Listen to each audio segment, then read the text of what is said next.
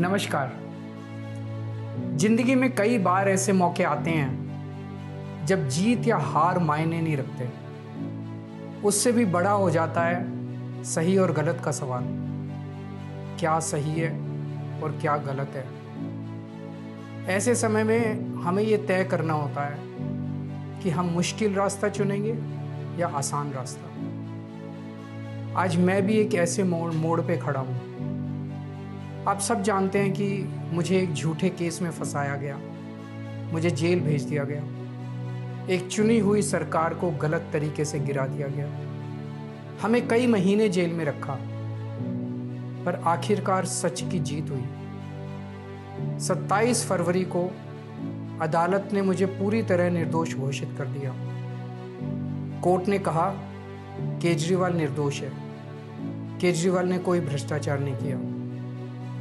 Court ने CBI की जांच पे ही सवाल खड़े कर दिए और जांच अधिकारी के खिलाफ एक्शन लेने के आदेश दे दिए।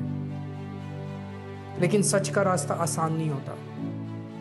सीबीआई ने तुरंत इस फैसले को हाई कोर्ट में चुनौती दी और ये केस जस्टिस स्वर्णकांता शर्मा जी के सामने लगा। तब मेरे मन में एक बहुत बड़ा सवाल उठा, क्या इनके सामने मुझे न्याय मिलेगा? मेरे मन में यह प्रश्न क्यों आया? इसके कई कारण हैं, पर दो कारण मुख्य हैं। पहला कारण ये कि आरएसएस की जिस विचारधारा वाली सरकार ने झूठे आरोप लगा के मुझे जेल डाला, जज साहिबा ने स्वयं माना है कि उस विचारधारा से जुड़े संगठन अखिल भारतीय अधिवक्ता परिषद के मंचों पे वे कई बार जाती रही हैं। मैं और आम आदमी पार्टी उस विचारधारा के घोर विरोधी हैं। ऐसे में क्या उनके सामने मुझे न्याय मिल सकता है? दूसरा कारण, कॉन्फ्लिक्ट ऑफ इंटरेस्ट। कोर्ट में मेरे विपक्ष में केंद्र सरकार की सीबीआई है और जस्टिस स्वर्णकांता जी के दोनों बच्चे केंद्र सरकार में काम करते हैं। उनके दोनों बच्चे केंद्र सरकार के वकीलों के पैनल में हैं। हमारे सामने कोर्ट में दूसरी ओर से वकील हैं सॉलिसिटर जनरल श्री तुषार मेहता जी। तुषार मेहता जी दोनों बच्चों को केस देते हैं। उन्हें कितने केस मिलेंगे, कौन से केस मिलेंगे, ये तुषार मेहता जी तय करते हैं। भारत सरकार के पैनल में लगभग 700 के करीब वकील हैं, लेकिन जस्टिस स्वर्णकांता जी के बेटे सबसे ज्यादा केस पाने वाले वकीलों में से एक हैं।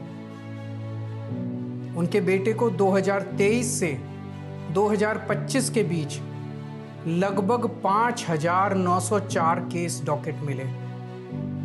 इससे उनके बेटे को करोड़ों रुपए की फीस मिली। आज की तारीख में उन बच्चों का भविष्य और कमाई दोनों काफी हद तक तुषार मेहता जी पर निर्भर है। तो किसी के भी मन में ये चिंता स्वाभाविक है कि अगर जज साहिबा के बच्चों की कमाई और उनका भविष्य सामने खड़ा वकील तय कर रहा है, तो क्या जज साहिबा उस वकील के खिलाफ फैसला कर पाएंगी? मैं ये स्पष्ट करना चाहता हूं कि मुझे जुडिशरी पे पूरा भरोसा है। मैं जुडिशरी का बहुत सम्मान करता हूं। जब मेरे खिलाफ गलत साजिश हुई तो हमारे देश की जुडिशरी ने ही मुझे न्याय दिया था। जब मुझे झूठे केस में गिरफ्तार किया गया तो इसी जुडिशरी ने मुझे बेल दी थी। इसी जुडिशरी ने मुझे उसी झूठे केस में दोष मुक्त करार किया है। पिछले 75 वर्षों में जब जब देश पे आंच आई, हमारे देश की जुडिशरी ने देश को बचाया और नागरिकों के हितों की रक्षा की है। मैं जस्टिस स्वर्णकांता जी का भी बहुत सम्मान करता हूं। मुझे उनसे या उनके परिवार से किसी भी प्रकार की कोई व्यक्तिगत आपत्ति नहीं है। लेकिन न्याय का एक बहुत बड़ा सिद्धांत है, justice should not only be done but should also be seen to be done. इसलिए मैंने जस्टिस स्वर्णकांता शर्मा जी से पूरे सम्मान के साथ अनुरोध किया कि वो इस कॉन्फ्लिक्ट ऑफ इंटरेस्ट जैसे कारणों की वजह से इस केस से खुद को अलग कर लें, लेकिन उन्होंने मेरी दलीलें खारिज कर दी और फैसला दिया कि वो स्वयं ही ये केस सुनेंगी। आज मेरे सामने सबसे आसान रास्ता है कि मैं उनका आदेश मान लूं और एक बड़ा वकील खड़ा करके उनके सामने अपना केस लड़ूं। पर यह मुद्दा अब सिर्फ मेरे केस का नहीं है, बल्कि आम लोगों के न्याय प्रणाली पर भरोसे का है। ऐसी दुविधा के मौके पे बापू ने हमें सत्याग्रह का रास्ता दिखाया। बापू ने कहा था कि जब भी किसी अन्याय का सामना करो तो उसका पहला कदम विरोध नहीं बल्कि बातचीत होना चाहिए। अपनी बात अन्याय करने वाले के सामने पूरी विनम्रता के साथ रखनी चाहिए और उसे सुधारने का पूरा मौका देना चाहिए। सारी कोशिशों के बाद भी अगर न्याय ना मिले तो अंतरात्मा की आवाज़ सुनो। यदि अंतरात्मा की आवाज़ कहती है कि न्याय नहीं हुआ तो शांति और विनम्रता के साथ सत्याग्रह करना चाहिए। फिर उसके जो भी परिणाम हो वो सहर्ष स्वीकार करने चाहिए।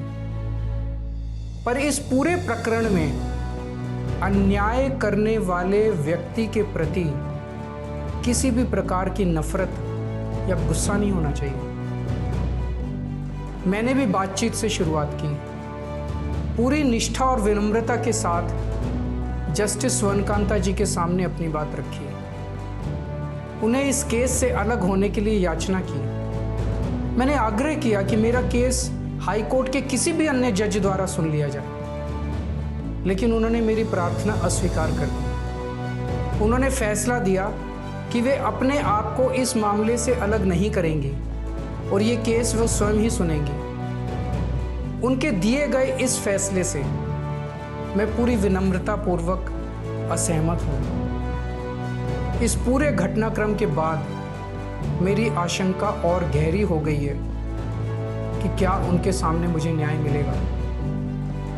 बापू के दिखाए रास्ते पर चलते हुए सत्याग्रह की भावना से अब मैंने फैसला किया है कि मैं इस केस में जस्टिस स्वर्णकांता जी के कोर्ट में ना तो स्वयं पेश होऊंगा और ना ही मेरी तरफ से कोई वकील पैरवी करेगा। जस्टिस स्वर्णकांता जी जो भी फैसला सुनाएंगे उस पर समय आने पर मेरे जो भी कानूनी अधिकार हैं, जैसे सुप्रीम कोर्ट में चुनौती देना आदि, वो सभी कदम लेने के लिए मैं स्वतंत्र हूँ। ये बात आज मैंने एक पत्र लिखकर जस्टिस स्वर्णकांता जी को भी सूचित कर दिया है।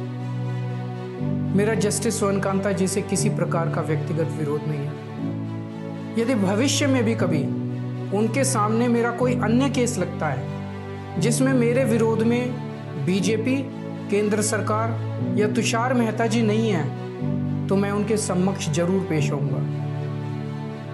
आप पूछ सकते हैं कि यदि मैं जस्टिस स्वर्णकांता जी के रिक्यूजल ऑर्डर से असहमत हूं तो उसके खिलाफ सुप्रीम कोर्ट क्यों नहीं जा रहा। उसकी तैयारी कर रहा हूं। ये पूरा मामला बहुत नाजुक और संवेदनशील है। कानून को ध्यान में रखते हुए, जुडिशरी के सम्मान को ध्यान में रखते हुए और लोगों के न्याय व्यवस्था पर भरोसे को ध्यान में रखते हुए एक एक कदम उठाना है। मैं ये कदम अहंकार या किसी विद्रोह या विरोध की भावना से नहीं उठा रहा। इस कदम के जरिए मेरा मकसद देश की कानून प्रणाली को चुनौती देना भी नहीं है और ना ही मेरा मकसद न्याय व्यवस्था का अपमान करना है। इसी केस में मैंने हर स्टेज पे, हर अदालत में अपना पूरा सहयोग दिया है। मैं न्यायपालिका का बहुत सम्मान करता हूँ। इसी न्यायपालिका की वजह से आज मैं आज़ाद घूम रहा हूँ। मेरा सिर्फ और सिर्फ इससे एक ही मकसद है, देश की न्याय व्यवस्था पर लोगों के भरोसे को और मजबूत करना, लोगों में ये अटूट विश्वास भरना कि ज़रूरत पड़ने पर हमारे देश की न्याय व्यवस्था से उन्हें न्याय ज़रूर मिलेगा। जय हिंद।